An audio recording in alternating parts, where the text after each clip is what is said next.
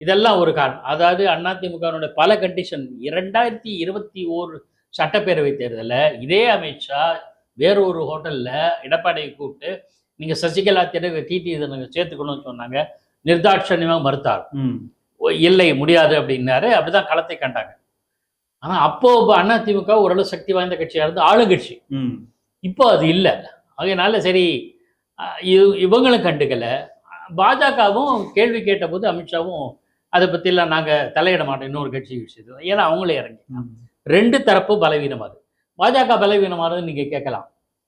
சென்ற முறை பாஜகவுக்கு 303 இடங்கள் மக்களவையில் இருந்தது. தனியாகவே அந்த கட்சி ஆட்சி புரிகிற அளவுக்கு சக்தி வாய்ந்தது. இப்போ அது இல்லை, 240 தான். அதனால எந்த கட்சி ஆதரவையும் நம்ம மிஸ் பண்ணக்கூடாது என்கிற ஒரு சூழல். சட்டப்பேரவை தேர்தல் உங்களுக்கு என்ன லாபம் அப்படின்னா, சட்டப்பேரவை தேர்தல் இருந்து அதை அடுத்து இன்னும் 2 வருஷம் நடக்கிற மக்களவை தேர்தல் அதை பயன்படுத்திக்கலாம்ன்ற ஒரு பார்வை.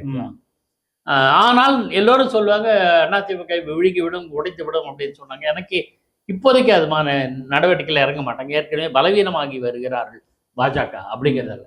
அவங்க சிவசேனா உடைச்சது மற்ற கட்சிகள் உடைச்சதெல்லாம் வலிமையா இருந்த காலத்துல இப்ப செய்வாங்கன்னா தெரியாது. அந்த அளவுக்கு செய்ய மாட்டாங்க, துணிஞ்சு செய்ய மாட்டாங்க. அதனால பொறுத்திருந்து பார்க்கணும். இது அண்ணாமலை நீக்கியதை கடந்த காலத்துல முருகனோ இல்லை தமிழிசையோ மற்றவர்கள் மாதிரி இல்லை. Annamalai is a dynamic leader. நாளைக்கு நமக்கே எதிராக, அதாவது அதிமுகவுக்கு எதிராக கூட ஒரு கணையை தொடுக்கக்கூடும் என்கிற ஒரு அச்சம் இருக்கு. ஏற்கனவே நல்லா ஞாபகம், ஃபைல் வெளியிடல ஏடிஎம்கே ஃபைல்ஸும் இருக்கு சொன்னாரு. ஸோ அவருக்கு இந்த இத்தனை நெருடல்களோட அண்ணாமலையோட சுமூகமான பயணம் செய்ய முடியாது. ஆனால் நயினார் நாகேந்திரனோட பயணம் செய்வதற்கான சாத்தியக்கூறுகள் நிறைய இருக்கு, பிரகாசமா இருக்கு. ஒன்று அதிமுகலேருந்து வந்தவர் அவர். ரெண்டாவது அவரே ஒரு ஃபோன் பண்ணி பேசிட்டா போகிறோம், அதிமுக கூட நம்மளுடைய ரிலேஷன்ஷிப்பை மறுபடியும் புதுப்பிச்சுக்கலாம் அப்படின்னு சொல்லியிருக்காரு. ஸோ அது ஒரு கம்ஃபர்டபுளான இது. இதெல்லாம் பார்த்துட்டு தான் எடப்பாடி பழனிசாமி இந்த வந்திருக்காரு.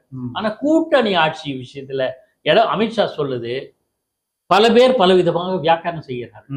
அதுல எடப்பாடி பழனிசாமி சொல்லுகிற விளக்கம் அவ்வளவு புத்திசாலித்தனமாக தெரியவில்லை.